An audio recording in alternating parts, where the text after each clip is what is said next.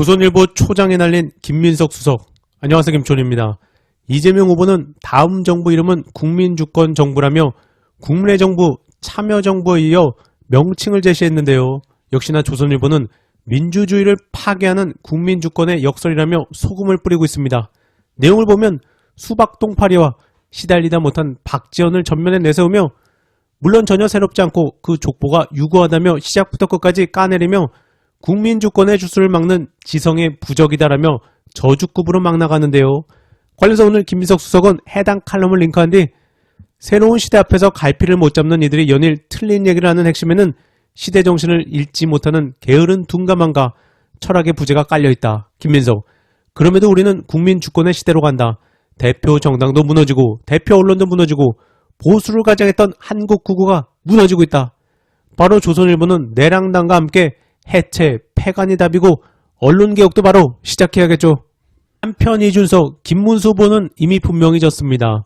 민주당과 김민석 수석이 계속해서 방탄 단일화 관련 초치기 기술에 들어가자 안되겠는지 15%는커녕 이제는 10%라도 받아보려고 거의 구걸 수준입니다. 민주당만 까다가 안되겠는지 국힘을 까는 전략으로 10% 구걸 중인데요. 이재명 후보는 득표율 10%도 받지 못하면 비용을 어떡할 건가 50에서 60억 원은 썼을 것이라며 이준석 캠프 상황을 후려치기도 했었습니다. 오늘 이준석 고백. 세밀한 조사와 데이터 분석에 따르면 김문수 후보는 이미 분명히 졌습니다. 단일화 여부에 관계없이 어떤 방식으로도 이길 수 없다고 말씀드립니다. 이준석, 김문수 후보를 지지한다 선언한 뒤 물러난 두 후보를 보십시오. 하나는 윤석열 탄핵에 끝까지 반대한 자유통일당 후보, 다른 하나는 부정선거 음모론에 빠져 호적되는 황교안 후보입니다. 이 난감한 연합체에게 던지는 표는 민주주의를 두 번 죽이는 사표입니다. 그러면서 보수의 생존, 젊은 세대의 희망을 위해 여러분의 결단을 부탁드립니다라고 한바닥 갈겨놨습니다. 그래서 오늘 피날레 유세를 대구에서 하나 봅니다. 그냥 내란 세력하고 개싸움이나 하면서 10% 밑으로 추락해서 비용도 다 날려야겠죠. 이 와중에 일부 언론은 이준석 설화 딛고 마에 15% 병 넘을까라며 띄워주고 있지만 현실은 몰락이겠죠.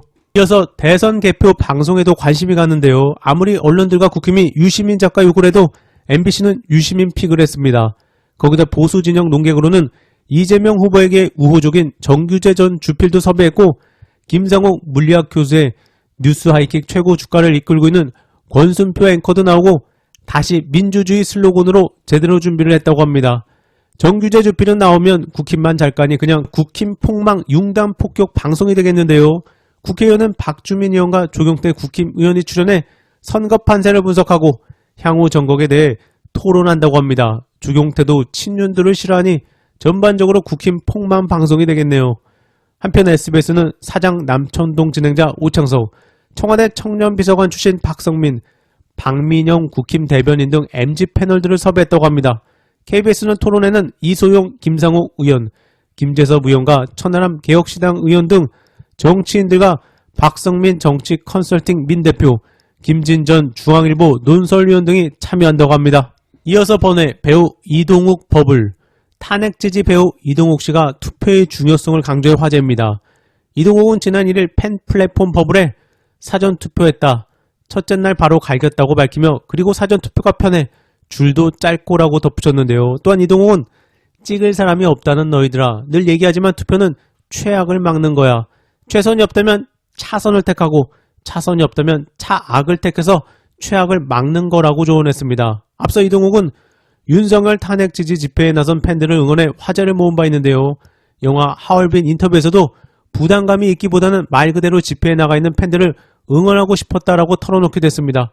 그런데 이번 선거는 최선은 정해져 있으니 최선만 택해야겠죠. 내란 세력, 심판과 종식을 위해서 말입니다. 이어서 댓글 튀고 있는 리박스쿨 입장문도 나왔습니다. YTN.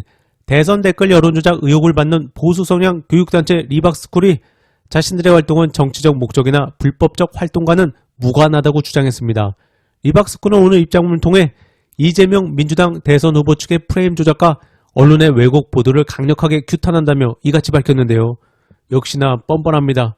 이어 댓글은 공화주의 정치 철학에서 말하는 공론장이라면서 공론장은 주권자인 국민 모두의 것이며 이를 통해 국민은 자신의 의견을 직접 표현할 권리를 가진다고도 언급했습니다.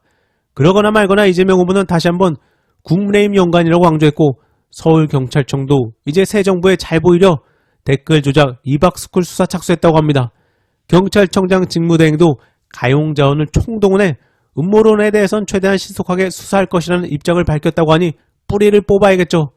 이어 경찰은 이박스쿨 의혹 사건을 이날 서울경찰청 사이버수사대에 배당하는 등 본격 수사에 나섰고, 민주당은 전날 공직선거법상 유사기간 설치 금지 위반 등 혐의로 이박스쿨 대표 손모 씨에 대한 고발장을 제출했습니다. 그래서 윤건희가 과연 투표를 할지도 관전 포인트인데요. 송영 기자, 불안할 겁니다. 초조할 겁니다. 선거일이 다가올수록 불안 증세가 심해질 겁니다. 스멀스멀 현타가 뱀처럼 온몸을 휘감을 겁니다. 술이 없으면 잠이 오지 않을 겁니다. 며칠 전에 동네에서 추리한 모습으로 목격됐는데 술캔이 스랩박 끌고 술 사러 나온 동네 아저씨 같아 보였습니다. 구구면 어떠냐, 일단 살고 보자며 선동꾼 목사 정광훈에게 매달리고 대법원장 조희대에게 일말의 기대를 걸었다가 한덕수가 대선 후보가 되기만 하면 대통령이 될 것 같은 망상에 빠져 김문수 밀어내는 무리수를 두기도 했고, 그마저도 안되니 자존심이고 뭐고 다 팽개치고 김문수 좀 도와달라고 다시 구구 목사 정광훈에게 조아립니다. 정광훈이 군기 잡는다고 대가리 박아를 시키면 총알처럼 튀어나가 아스팔트 바닥이라도 대가리를 박을 기세입니다. 6월 3일에 윤건희 부부는 투표를 할까요? 직거하던 박근혜가 대구 서문시장에 갔답니다. 국힘당 의원이 된 유영아가 잡아 끌었나요? 참 감이 없고 분별력이 없군요. 그러니 문고리 비선에 휘둘려 국정농단의 늪에 빠졌겠죠. 그렇게 이용당하고도 또 이용당하는 박근혜와 뭐가 남았다고 끝까지 우려먹으려는 기생충 정치인들 다 꼴보기 싫습니다.